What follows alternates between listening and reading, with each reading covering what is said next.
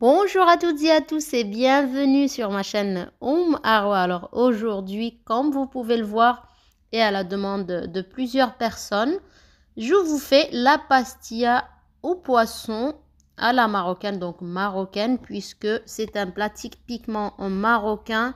Pour cela, on va d'abord préparer les épices ou les condiments que l'on va utiliser. Il nous faut du persil et de la coriandre, du citron confit, un petit citron confit, 4 gousses d'ail, 4 à 5 cornichons bien hachés.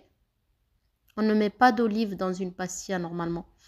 Du gingembre frais si vous en avez, une cuillère à café de moutarde et 3 cuillères à soupe de sauce soja. Une cuillère à café bien pleine de paprika, un peu de poivre, une demi-cuillère à café de curcuma, une demi-cuillère à café de cumin et ici, je mets du piment de Cayenne, sinon mettez de la harissa. On va mettre également 3 cuillères à soupe de jus de citron, 5 cuillères à soupe d'huile d'olive. Ça, c'est pour une grande pastilla. Donc, le diamètre de ma plaque fait 40 cm. Si vous voulez faire moins que ça, vous pouvez évidemment ou même faire des pastilles individuelles. Alors, dans une poêle, on va mettre de l'huile et un morceau de beurre. On va prendre plus ou moins 500 g de crevettes. On va faire revenir quelques minutes sur feu fort avec une petite partie, une cuillère de charmola, donc la fameuse sauce. C'est maintenant que l'on va saler. Alors, mes crevettes sont déjà cuites, donc c'est vraiment histoire de les faire revenir un petit peu dans la sauce. Au bout de 3 petites minutes, j'enlève et dans la même poêle, je mets un morceau de beurre, encore un peu de charmoula. Je fais revenir et je vais mettre, là ce sont des encornets surgelés, c'était un paquet de 500 g.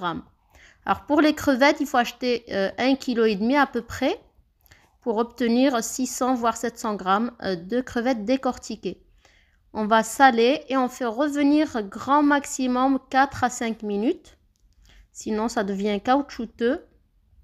On enlève, même s'il y a ça a dégorgé d'eau, c'est pas grave. On enlève quand même nos calamars ou nos encornets. Et on va venir mettre un morceau de beurre après avoir fait réduire donc notre sauce. On met quelques champignons que l'on va faire revenir jusqu'à ce qu'ils prennent cette couleur, donc dans du beurre. C'était 200 g de champignons. Et là, je change de poêle pour faire revenir un oignon et un poireau dans de l'huile et du beurre. Ça va donner un très bon goût. Sinon, vous ne mettez que des oignons. Si vous n'avez pas de poireau, on va saler et on donne une jolie coloration. Pour le poisson, alors ici j'ai du cabillaud, j'ai 700 g de cabillaud. Filet de cabillaud, je fais cuire dans un four avec la charmoula, dans un four à 180 degrés, 10 minutes grand maximum. Même si ça lâche un petit peu d'eau, c'est pas grave, on retire, sinon notre poisson va être sec. Là, j'ai 100 g de vermicelle chinoise, comme on les appelle. Et une fois 5 minutes passées, dans l'eau bouillante, on égoutte et on va couper pour que ce soit plus pratique quand on va découper notre pastilla. Alors, on prend un grand bol. On évite de mettre... alors, on va mettre les vermicelles, les crevettes, les calamars. On évite donc de mettre l'eau que ça a lâché. Voilà. On va mettre les champignons. Si vous avez des champignons noirs, c'est meilleur et c'est mieux. Qui sont déshydratés, que l'on réhydrate. Et on a laissé un petit peu de charmoula pour la mettre donc dans tout ça, pas cuite. On va bien mélanger les ingrédients. Une fois que l'on a bien mélangé, le poisson, on l'a retiré du four, on va l'émietter un petit peu. Il y avait quelques arêtes, je l'ai vraiment émietté. Sinon, vous gardez des morceaux quand même. On ne le mélange pas aux autres ingrédients. On va prendre une plaque, allons au four et on va prendre du beurre et de l'huile de tournesol. Alors moi, le beurre, je l'ai un petit peu cuit, dans le sens où c'est pas un beurre noisette, mais quand même un beurre clarifié. Et comme vous voyez sur la vidéo, vous allez superposer comme ça des feuilles. Alors, j'ai utilisé des feuilles de pâte philo. Je trouve que c'est les meilleures puisque les feuilles de briques ici en France ne sont pas du tout, ce n'est pas du tout les mêmes que l'on retrouve au Maroc. Donc, on n'a pas le même rendu qu'au Maroc. Mais bon, vous pouvez utiliser des feuilles de briques. Là, c'est un paquet de pâte philo qui fait 470 grammes et je l'ai utilisé entièrement pour ce diamètre.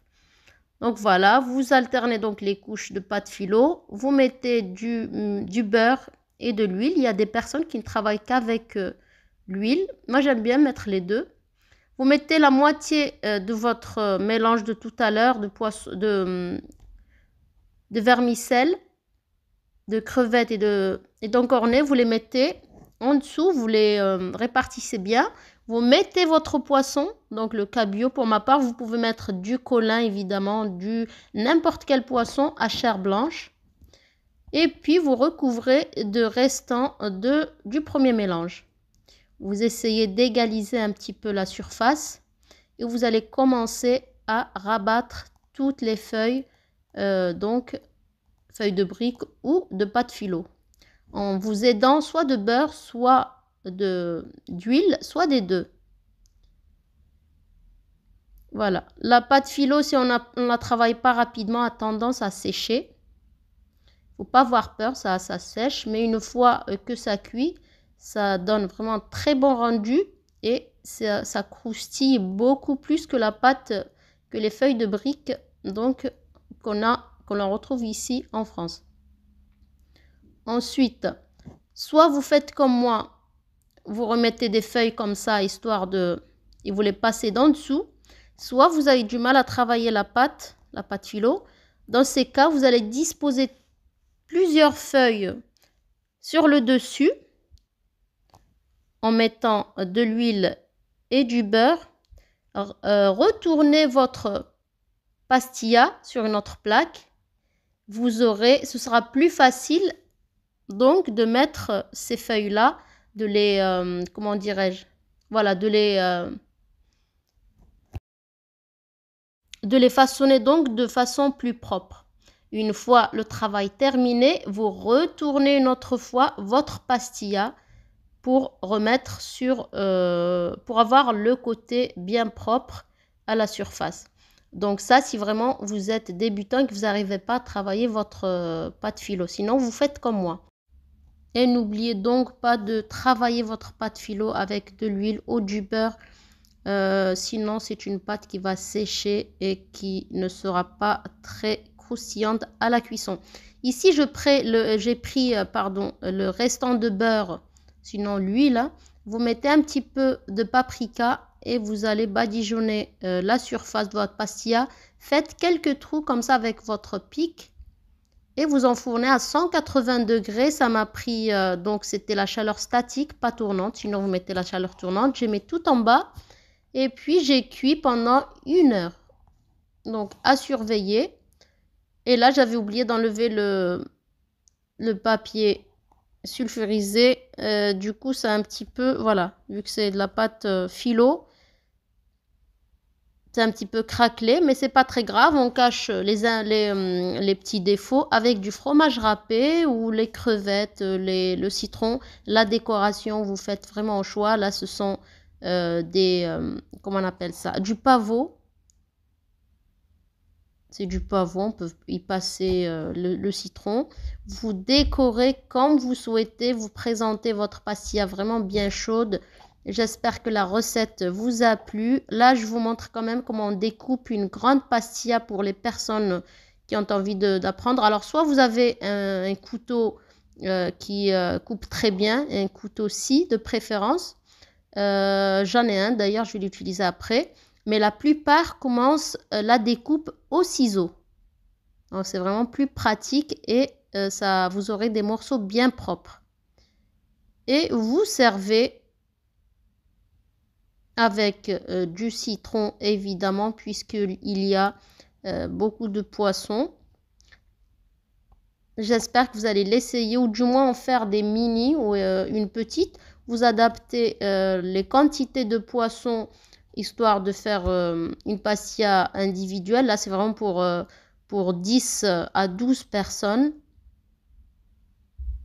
Donc voilà, je vous dis à très bientôt pour une autre vidéo.